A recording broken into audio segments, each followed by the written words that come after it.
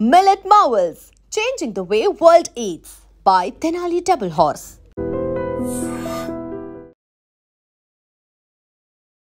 అసెంబ్లీలో అర్ధరాత్రి దాకా పెట్టి రేవంత్ రెడ్డి గారు కేసీఆర్ గారిని తిడుతుంటే దయ్యాలు వేదాలు వాళ్ళు ఇస్తున్నట్టు అనిపించింది నాకైతే. దానికి ఈయన హీరోలాగా ఎదుర్కొన్నాడు, ఈయన 6 అడుగుల బుల్లెట్ అని పార్టీ అంతా ట్వీట్ చేస్తే మరి 6 అడుగుల బుల్లెట్ ఎవరికి గాయం చేస్తుంది? ఎండ్ ఆఫ్ ద డే ఇవాళ అయితే నన్ను గాయపరిచింది, రేపు రామన్నను గాయపరుస్తారో కేసీఆర్ని గాయపరుస్తారో. జాగ్రత్తగా ఉండండి రామన్న, నేను చెప్పేది ఏం లేదు, జాగ్రత్తగా ఉండండి, కేర్ఫుల్గా ఉండండి. ఎట్ ద సేమ్ టైం ఈ హరీష్ రావు గారి కారణంగా గమ్మత్ ఏముంటుందంటే, ఒకసారి హంపీకి పోతారు వీళ్ళందరూ, మీ అందరూ తెలుసు ఆ స్టోరీ. హంపీకి పోయి పాటలు పాడుకుంటారు, మొత్తము చాలా మంది కలిసి కేసీఆర్ గారిని చాలా అవమానకరంగా మాట్లాడతారు, ఒక పార్టీని వెన్నుపోటు కొడదామని డిజైన్ చేశారు. ఇదంతా వీరికి తెలుసు, హరీష్ రావు గారికి తెలుసు.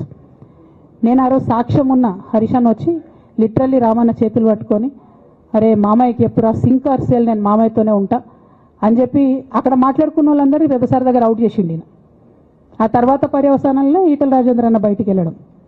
ఈ మహానుభావుడు వల్ల జగ్గారెడ్డి దగ్గర నుంచి మొదలు పెడితే, చెరుకు శ్రీనివాసరెడ్డి ముత్యంరెడ్డి అన్న కొడుకు దగ్గర నుంచి మొదలు పెడితే, రఘునందన్ రావు గారు, మైనంపల్లి గారు, విజయశాంతి గారు, విజయరామారావు గారు, ఆయన పాత పెద్ద ఆయన ఉండే ఈటల రాజేందర్ గారు, వీళ్ళందరూ పార్టీలోకి వెళ్ళి పోయినారు కదా, పోలేదా? ఇవన్నీ హరీషన్న చేసినాయి కదా.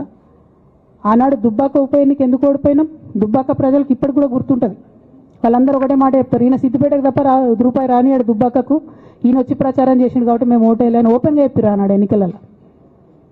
దానికి ఏం రాపించుకుంటాడు ఈయన పేపర్లల్లో? ఒంటరి పోరాటం చేసి ఓడిన హరీష్ రావు. అసలు ఓడిపోయిందే మీ వల్ల కదా. మీరు మీడియా మేనేజ్మెంట్లో సూపర్, అలా డౌట్ ఏం లేదు. రామన్న యూట్యూబ్లు మేనేజ్ చేసి నా మెయిన్ స్ట్రీమ్ మీడియా మేనేజ్ చేస్తాడు, అంతే, అంతకుమించి వేరే ఏం లేదు. నేను రామన్నని రిక్వెస్ట్ చేస్తున్నా, మీరు కూడా ఆ స్కిల్ నేర్చుకోండి అన్న. అట్లనే ఈటల రాజేందర్ గారు ఉప ఎన్నిక దగ్గరుండి హరీష్ అన్న గెలిపిలేదా అండి ఈటల రాజేందర్ని? ఆనాడు పీసీసీ అధ్యక్షుడిగా ఉండి రేవంత్ రెడ్డి గారు ఏమంటారు, కాంగ్రెస్ పార్టీ ఓడిపోతుంది ఇడా అని చెప్తారు. ఆయన ముందే డిక్లేర్ చేసిండు, ముందే చేతులు ఎత్తేసిండు. హరీష్ అన్న ఆడ పోయి కూర్చొని మరి ఈటల రాజేందర్ అన్నని గెలిపించవచ్చు. ఈ బంధం రేవంత్ రెడ్డి గారిది హరీష్ రావు గారిది అప్పటి నుంచి కొనసాగుతుంది, కొత్త బంధం ఏం కాదు ఇది. నేను కేసీఆర్ గారిని పెద్దల్ని రిక్వెస్ట్ చేసేది ఒకటే, ఈయన చేస్తున్న నక్కజిత్తుల్ని దయచేసి గమనించండి.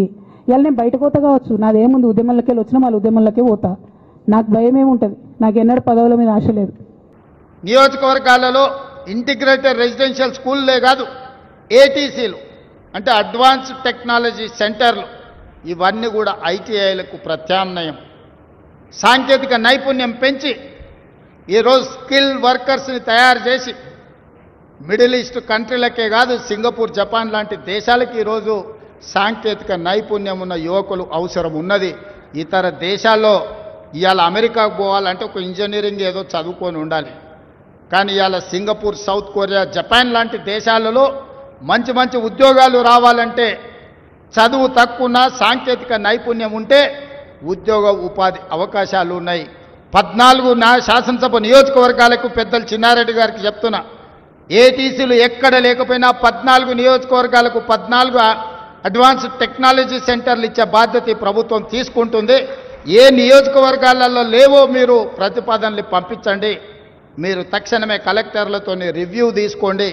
ఏ నియోజకవర్గంలో లేకపోతే ఆ నియోజకవర్గంలో 5 నుంచి 10 ఎకరాల స్థలం ఎత్తుకండి, ఏటీసీలను మంజూరు చేసి మన పిల్లలు ఇంటర్ చదివిన తర్వాత సాంకేతిక నైపుణ్యం నేర్పుదాం, తద్వారా ఉద్యోగ ఉపాధి అవకాశాలు కల్పిద్దాం. అదేవిధంగా ఎన్ఎం శ్రీనివాసరెడ్డి గారికి సూచన చేస్తున్న ట్రిపుల్ ఒక అద్భుత క్యాంపస్ మనం కట్టుకుందాం. ఎందుకంటే ఎయిర్పోర్ట్కి కూతవేటు దూరంలో మనం ఉన్నాం. ఎవరి రాష్ట్రానికి వచ్చినా, విదేశాల నుంచి మేధావులు వచ్చినా మహబూబ్ నగర్లో ఉన్న ట్రిపుల్ ఐటీని చూడడానికి రావాలి. ఒకప్పుడు మన పేదరికాన్ని, మన కరువును, మన వెనుకబాటుతనాన్ని వీటిని చూపించేదానికి ముఖ్యమంత్రులు పాలమూరు జిల్లాకు విదేశీయుల నుంచి పర్యాటకులను, ప్రెసిడెంట్లను తీసుకొచ్చేటోళ్ళు. టోనీ బ్లేయర్ వచ్చిండనంటే మన పేదరికం ఒక ఎగ్జిబిషన్ ఉండే. ఇతర దేశాల ప్రధానమంత్రులు, ఇతర దేశాల నుంచి బృందాలు వస్తే పాలమూరు కరువును, పాలమూరు పేదరికాన్ని చూపించడానికి ఆనాటి ముఖ్యమంత్రులు పాలమూరు జిల్లాకు తీసుకొచ్చేవాళ్ళు. ప్రతివాడు వచ్చి పాలమూరు జిల్లాను దత్తత తీసుకుంటా అని చెప్పేవాడు. నేను ఈరోజు యువమిత్రులందరినీ వేదిక మీద ఉన్న శాసనసభ్యులందరినీ నేను అడుగుతున్నా, మనందరికీ ప్రజలు ఒక మంచి అవకాశం ఇచ్చారు. భవిష్యత్తులో మన పేదరికాన్ని, మన వెనుకబాటుతనాన్ని చూపించడానికి కాదు, మన అభివృద్ధిని, మన చదువును, మన విద్యా సంస్థల్ని, మన సాగునీటి ప్రాజెక్టులను చూపించడానికి విదేశీ నుంచి బృందాలు రావాలి పాలమూరు జిల్లాకు తప్ప మనల్ని పేదవాళ్ళుగా చూపించడానికి కాదు. ఇది మన గౌరవం కాదు, ఇది మనకేమాత్రం గౌరవం కాదు మిత్రులారా. మన పేదరికం ఒక ఎగ్జిబిషన్ కావాల్సిన అవసరం లేదు ప్రపంచానికి. మన అభివృద్ధే ఒక ప్రణాళిక కావాలి. పాలమూరు జిల్లా అభివృద్ధిని చూసి ఆశ్చర్యపడాలి. ఇక్కడి పరిశ్రమలు మన జిల్లా వాళ్ళకే కాదు, రాష్ట్రం విదేశాల నుంచి వచ్చే వాళ్ళకు కూడా ఉద్యోగ ఉపాధి అవకాశాలు కల్పించాలి. ఇవాళ ఈ పరిశ్రమ కూడా ఒక జర్మన్, ఒక అమెరికన్ కంపెనీ జాయింట్ వెంచర్ ఈరోజు ఇక్కడ ప్రారంభించుకున్నాయి. ఇట్లాంటి పరిశ్రమలు ఇంకా రావాలి. ఎయిర్పోర్ట్కి కూతవేటు దూరంలో ఉన్న ప్రాంతం మనది. మధుసూదన్ రెడ్డి ఇంతకుముందే డ్రై పోర్ట్ గురించి చెప్పిండు. తప్పకుండా వాటిని పరిగణలోకి తీసుకుంటాం. అదేవిధంగా హైదరాబాద్ బెంగళూరు కారిడార్ని డిఫెన్స్ కారిడార్గా, డిఫెన్స్లో లక్షలాది కోట్ల రూపాయల పెట్టుబడులు ఉన్నాయి. ప్రపంచ దేశాలు ఆసక్తిగా చూస్తున్నాయి. మనము మన ప్రణాళికని హైదరాబాద్ బెంగళూరు హైవేని ఒక డిఫెన్స్ కనెక్టింగ్ కారిడార్గా తీర్చిదిద్దుదాము. చదువుకున్న వాళ్ళు జిల్లాలో ఈరోజు ఎమ్మెల్యేలుగా మీరు ఎన్నికైనరు. డాక్టర్ చిన్నారెడ్డి కాదు, మధుసూదన్ రెడ్డి, పర్ణిక, ఎన్ఎం శ్రీనివాసరెడ్డి, ప్రతి శాసనసభ్యుడు, డాక్టరు, ఇంజనీరు, ప్రపంచం పట్ల అవగాహన ఉన్నవాళ్ళు ఈరోజు మన ప్రాంతంలో ప్రాతినిధ్యం వహిస్తున్నారు. అందుకే మీరు కూర్చోండి, అధికారులతో మాట్లాడండి. నేను అధికారులకు, ముఖ్యంగా కలెక్టర్లకు సూచన చేస్తున్నా, పరిశ్రమలు పెట్టాలంటే భూమి కావాలి.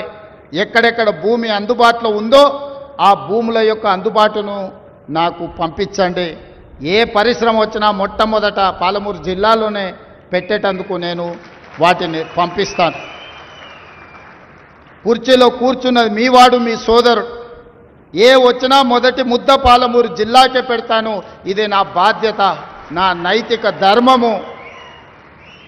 అది చిన్నదా పెద్దదా కాదు, ఏదైనా మొదటి ముద్ద పాలమూరు బిడ్డలకు పెట్టాల్సిన బాధ్యత నా మీద ఉన్నది. ఎవరు ఏమనుకున్నా అన్ని పాలమూరు జిల్లాకే తీసుకెళ్తున్నాడని మా మంత్రివర్గంలో మిగతా మంత్రులు అనుకున్నా పర్వాలేదు, ఖచ్చితంగా మన జిల్లాకే తెచ్చుకుంటాం. ఇవాళ మనం ఉన్నాం కాబట్టే 2 మంత్రులు, చైర్మన్లు ఇవాళ స్పోర్ట్స్కి కానీ ఇతర వాటికి మన జిల్లా నుంచి పొలిటికల్ రిప్రజెంటేషన్ దక్కింది. అందుకే మిత్రులారా, ఈ మంచి అవకాశాన్ని సద్వినియోగం చేసుకుందాం. ఇప్పుడు రాజకీయాల కోసమో ఇతర కారణాల చేత అభివృద్ధిని అడ్డుకుంటే మనకు మనమే మరణ శాసనం రాసుకున్న వాళ్ళం అయితము. రాజకీయాలు వస్తూ ఉంటాయి, పోతూ ఉంటాయి, చూస్తూనే ఉండరు కదా. ఒకప్పుడు ఏ పార్టీని బతకనియేమో, ఎవరు రాజకీయం కాదు కదా, నిద్రలో కూడా శాసనసభ్యులు అవుతామన్న ఆలోచన చెయ్యొద్దు అని ఆనాడు అక్రమ కేసులు పెట్టి ఎందరిని, ఎంతమందిని జైళ్ళకు పంపించారు. ఇవాళ వాళ్ళే తన్నుకొని చేస్తున్నారు. ఒకరు కడుపులో కత్తులు పెట్టుకొని కౌగిలించుకుంటున్నారు. ఎవరు అక్కర్లేదు, వాళ్ళని వాళ్ళే పొడుచుకుంటున్నారు. విపరీతమైన అవినీతి సొమ్ము వచ్చిన తర్వాత సొమ్ముల పంపకాలలో కుటుంబ పంచాయతీలు, ఇవాళ కుటుంబంలోనే ఒకరు సహించుకోలేని పరిస్థితి. ఒకరి మీద ఒకరు యాసిడ్ దాడులు చేసుకోవాలనే ఒకరిని ఇంకొకరు నవ్వుతూనే కడుపులో కత్తులు పెట్టుకొని కౌగిలించుకునే పరిస్థితులు ఈ రాష్ట్రంలో దాపురించినాయి. పాపం ఊరికే పోదు. పెద్దలు చెప్పిండ్రు, చేసుకున్న వాడికి చేసుకున్నంత మహానుభావ అని చెప్పిండ్రు. చేసిన పాపాలు ఎక్కడికి పోవు, ఖచ్చితంగా ఆ పాపాలు వెంటాడుతూనే ఉంటాయి. వాళ్ళు అనుభవించి తీరాల్సిందే. ఆయన వెనకాల ఈయన ఉన్నాడని, ఈయన వెనకాల ఆయన ఉన్నాడని. నేను ఒక మాట చెప్పదలుచుకున్నాను, అంత చెత్తగాళ్ళ వెనకాల నేనెందుకుంటానయా? నేను నాయకుడిని ఉంటే ముందుంటా, మా వాళ్ళకు తోడుకుంటా. వాళ్ళ కుటుంబాలు వాళ్ళు కత్తులతో పొడుచుకొని హరీష్ రావు, సంతోష్ రావు వెనకాల రేవంత్ రెడ్డి ఉన్నాడు అని ఒకరంటే, లేదు కల్వకుంట్ల కవిత గారు వెనకాల రేవంత్ రెడ్డి ఉన్నాడని. మీరంత దిక్కుమాలని తెలంగాణ ప్రజలు బండకేసి కొడితే మీ వెనకాల ఎవడన్నా బుద్ధున్నోడు ఉంటాడా? అన్నం తినవాడు ఎవడన్నా మీతోను ఉంటాడా? నేను ఉండేది పాలమూరు జిల్లా 4 కోట్ల తెలంగాణ ప్రజల వెనుక ఉంటా, తోడుంటా. వాళ్ళ కోసం పని చేస్తా, నాకంత సమయం లేదు ఇంత పనికిమాలతో కలిసి, లేకపోతే వాళ్ళ మీకు మీరే పంపకాలలో వచ్చిన పంచాయతీలు మీరే పొడుచుకుంటారు. మేము చూస్తే చాలు. జరుగుతున్న పరిణామాలు అందరికీ తెలుసు.